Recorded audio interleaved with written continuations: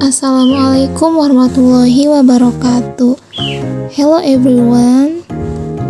Let me introduce myself. My name is Dewi Septiani. I'm from English Language Education Study Program Semester 3. In here, I will explain about paraphrasing. Do you know about paraphrasing, guys?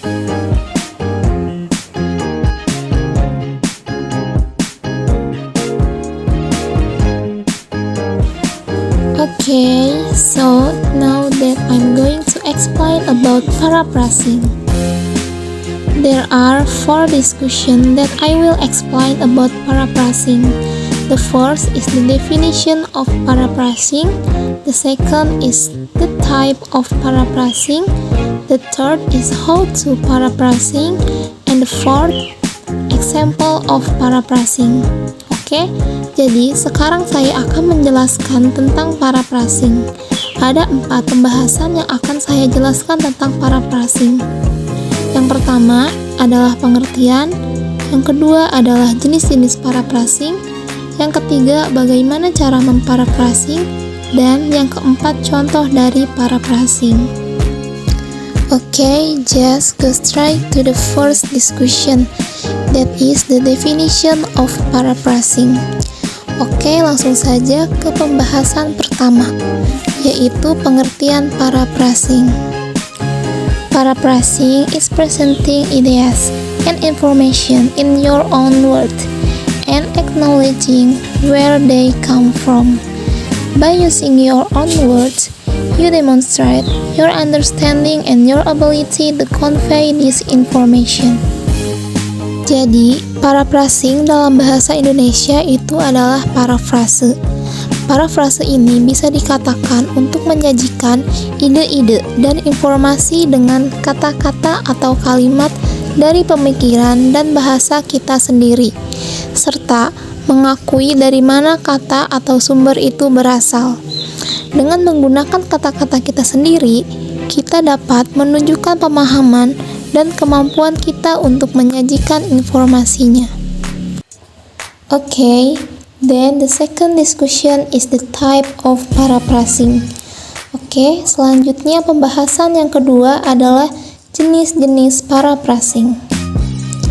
The first is change of part of speech. Part of speech ranging from verb and noun to adjective and adverb are replaced with new part of speech in this type of paraphrasing. Yang pertama adalah perubahan bagian bicara. Jadi, dalam jenis parafrase ini, seni berbicara atau part of speech-nya mulai dari kata kerja, kata benda, kata sifat, hingga kata keterangan diganti dengan part of speech yang baru. The second is change of structure. The change in structure can be used to reflect the writer interpretation of the original quote. Yang kedua adalah perubahan struktur. Jadi, perubahan struktur dalam parafrase dapat digunakan untuk mencerminkan interpretasi penulis terhadap kutipan aslinya. Dan yang dimaksud dari interpretasi itu adalah seni menjelaskan untuk memberikan gambaran pada suatu hal, seperti pemberian kesan, pendapat, atau pandangan teoretisnya.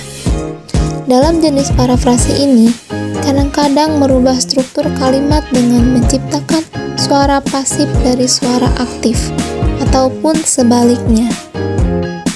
The third is reduction of clauses.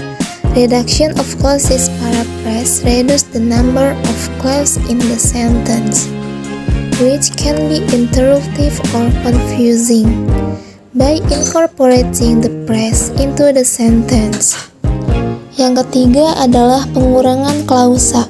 Jadi, pengurangan klausa parafrase itu adalah mengurangi jumlah klausa dalam kalimat yang dapat mengganggu atau membingungkan dengan memasukkan frasa ke dalam kalimat. And the last is synonym replacement.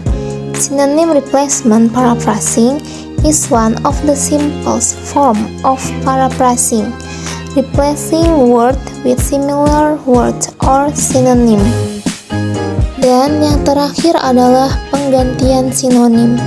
Jadi, parafrase penggantian sinonim adalah salah satu bentuk parafrase yang paling sederhana, yaitu mengganti kata dengan kata yang mirip dan tetap sama artinya, atau disebut dengan sinonim.